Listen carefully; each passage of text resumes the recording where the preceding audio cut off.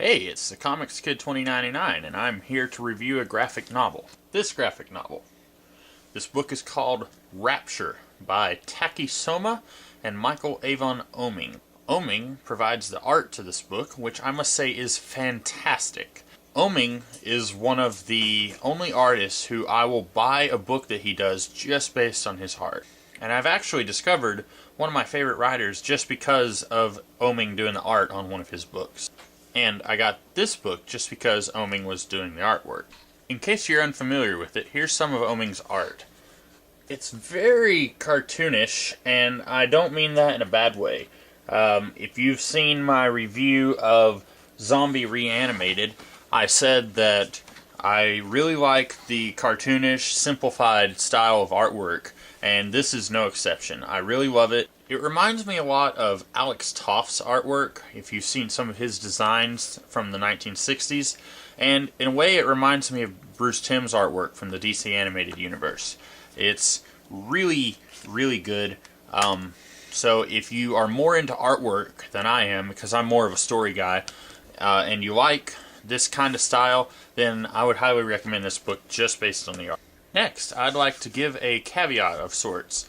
This book is most definitely not for kids. There is plenty of swear words in this book, and lots of gore, lots of blood, and just really violent scenes. Not really violent, but really graphic scenes of disgustingness. If this was a movie, it would most definitely be the rated R kind. So if you object to those kinds of things, even if you're not a child and you just don't like those things, then stay away from this book, because there is plenty of the adult material here. The premise of this book is an interesting one. It starts with this couple. They live in a world where superheroes are always fighting each other, and we're not really given a backstory on why.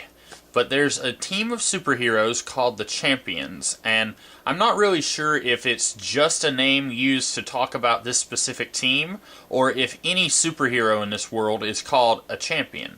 But it seems like these superheroes get in fights with each other often enough that in an airport there are instructions for what to do in case a superhero fight breaks out near the airport, and you're supposed to go down into the basements, kind of like what to do if an atomic bomb strikes. In a way, it's another one of those books that tackles a what if superheroes really existed in the real world kind of thing. And usually I really don't like it when books try to do that, because they always seem to go for the same kind of thing. But this actually takes a very specific part of superhero comics and adapts them into the real world. In reality, if you had people on the level of Superman or the Martian Manhunter, and they were getting in fights as often as they do in comic books, then there would be a lot of property damage. There would be lots of casualties. And so humans would have signs up in the airports and near bus stations and stuff that would say, hey, if you see a superhero flying in the sky, be careful. You might die. So I really think that's a nice touch, and it's something that isn't really seen a lot in the book. So you got these two people who are dating each other at the beginning of the book, Gil and Evelyn. And basically Evelyn kind of breaks up with Gil, and then she goes on a plane somewhere else, and right as she goes, something huge and catastrophic happens. And we're not really told why, but all the superheroes leave Earth, and basically their leaving Earth just sends the planet into disarray. We see a tidal wave striking, we see a couple volcanoes erupting, and it seems like all of these bad things are happening in conjunction with the superheroes leaving the planet. And the superheroes are not really the focus of this book. So I can understand why we're not getting a reason why the planet is just sent to crap because they leave. But on the other hand, I'd really like a reason why the superheroes abandoning the planet turns the ecology against the whole system. It just seems really weird. Now the superheroes, I'm not really sure what their deal is at the beginning of the book. We know that they get in fights with each other, and we're not really sure why. There's one scene very early in the book where we see a whole bunch of newspapers that exist in this world, and they are all talking about how the superheroes are having conflicts with each other based on charters having to do with the League of Champions.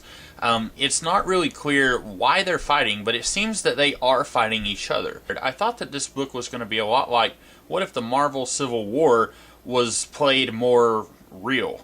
And it's actually not anything like that at all. But then later, just to give a minor spoiler here, later the superheroes come back. And I feel like that's okay to spoil because this book is really not about the superheroes. They are a means to an end, and in this case, they are here so that the rest of the story can happen. But the story itself is not the superheroes. But when they come back, one superhero mentions that they were fighting an alien in outer space. And it seems like there was some kind of war with maybe a whole horde of aliens. But at the beginning of the book, there is no mention of aliens, and it's making you think that they're fighting each other, and that somehow this fight has taken them off the planet. It's just a minor gripe, but I feel like there's an inconsistency here. Maybe if I reread it, I would understand how these two events connect, but it seems like this isn't a problem on my end, but rather a problem on the book's end. Sometimes I like to talk about how a character feels really unlikable, and I will level that against those stories as a complaint. But here, we have our main character, Evelyn. She really is unlikable. She can't seem to take any situation seriously, because anytime something really serious happens, she's always joking about it. And then she's kind of the whole reason that a lot of the bad things in this book really happen. And then I feel like it's really hard to feel sorry for her whenever she's wishing that she hadn't done something because, well, yeah, you really shouldn't have done something. There was no real reason for you to do it. But even though I don't like this character, I will say that Michael Avon Oeming and Taki Soma, they do a really good job of making her feel like a real person. Because in the real world, there are people who you don't like, and there are people you do like. And I feel like Evelyn is that. She's very unlikable to me, but at the same time, she feels like a real person, and I want to commend the people who worked on this book for making her feel that way. I'm sure that couldn't have been easy, and I think that they did a really good job by the end of the book, even though throughout most of the story, I didn't really like her. By the end, I was still rooting for her, so they had to have done something right. I think part of the reason that I began to like Evelyn a little bit more by the end of the book is because she actually learns from her mistakes. She's pretty selfish early on, and her selfishness kind of causes some serious stuff to happen, and when that happens, she really feels bad about it. And it's not just, oh, I feel guilty, what will I do about my guilt? She feels bad for other people, and they've suffered because of her mistake. By the end of the book, she's learned her lesson, and I think that's why I really like her as a character. I feel like the main character of a story should always at least have some kind of lesson that they learn, and if they don't, if there's not even a chance for them to have had a lesson, or any story or moral of the story for them to have gone through, then I feel like the story has failed on some level. In a lot of ways, Evelyn feels a lot to me like Spider-Man.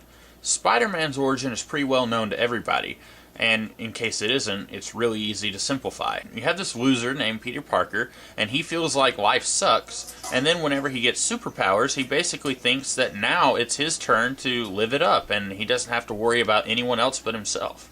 And in a lot of ways, Evelyn is kind of sort of the same way. She has a pretty decent life, and then this huge catastrophe happens where she's on the other side of the country from her ex-boyfriend who she wants to get back together with, and then while she's kind of whining about how she shouldn't have broken up with him, she's slowly learning that, not everything is about her. And in a lot of ways, that reminded me of Spider-Man. In fact, at the end of the book, it says, "The End," and there's a question mark there, as if it's hinting that maybe there are more stories to tell in this world. And I was kind of thinking that that would make sense, because the setting and the supporting characters in this story, I really felt like they offered a lot of possibilities for future stories. Even though the story of Evelyn and Gil was pretty much brought to a conclusion, I still would have liked to have seen more done with this world in some way. And since I was saying that Evelyn's whole story really felt like the origin story for a superhero, that makes a lot of sense. The story is about Gil and Evelyn's relationship, and anything outside of that would probably feel a little self-indulgent. If they were to do a story about this one character who is affected by the cataclysm who isn't in the story, then it might just feel like they're trying to make money off of a property that seems very original. But at the same time, just because the relationship between Evelyn and Gil was the central focus of this story, I feel like there could have been more stories done in this world with some of the other characters. And you could tell other stories about Gil and Evelyn. They kind of sort of have the conclusion of their story here, but there's definitely more room for more to be done here. I did have a couple of lingering questions when I was reading this book. Number one, not to spoil too much, but I'm going to spoil a little bit. After the cataclysm, there's this spectral figure who gives Evelyn a magical spear, and he says that it's her job to basically protect the world now, because all the other superheroes are gone. Now, I don't know anything about this guy. Is he an alien? Does he work for aliens? Is he a god? Does he work for gods? We're never actually told anything about him. Even though Evelyn asks some of these very same questions, he basically just stares at her and then says, okay, now it's your turn to go avenge some people. There may be people like that in the world who won't be helpful at all if you try to ask them a very simple question, but at the same time, I really feel like we should have gotten something about this character or creature or entity or whatever he is. Because of him being so mysterious, we ultimately have some questions here that I really feel like this book should have answered in some way. He gives Evelyn a magical spear. We don't know why he chooses her, or why he doesn't choose anyone else on the planet. And then later in the story, we find out that this little kid, he's maybe 6 or 7 years old, he gets a magical spear also, and he's tasked with protecting the world just like Evelyn is. Who gave this little kid a spear? This spectral entity guy, he calls himself the Word. He tells Evelyn that it's her job to go and kill the kid. Okay, why don't you just take the spear away from him? Why is it that when you give him the spear, suddenly it's no longer your responsibility to take care of your own mess? In a lot of ways, it comes back to Spider-Man, taking responsibility of your own actions.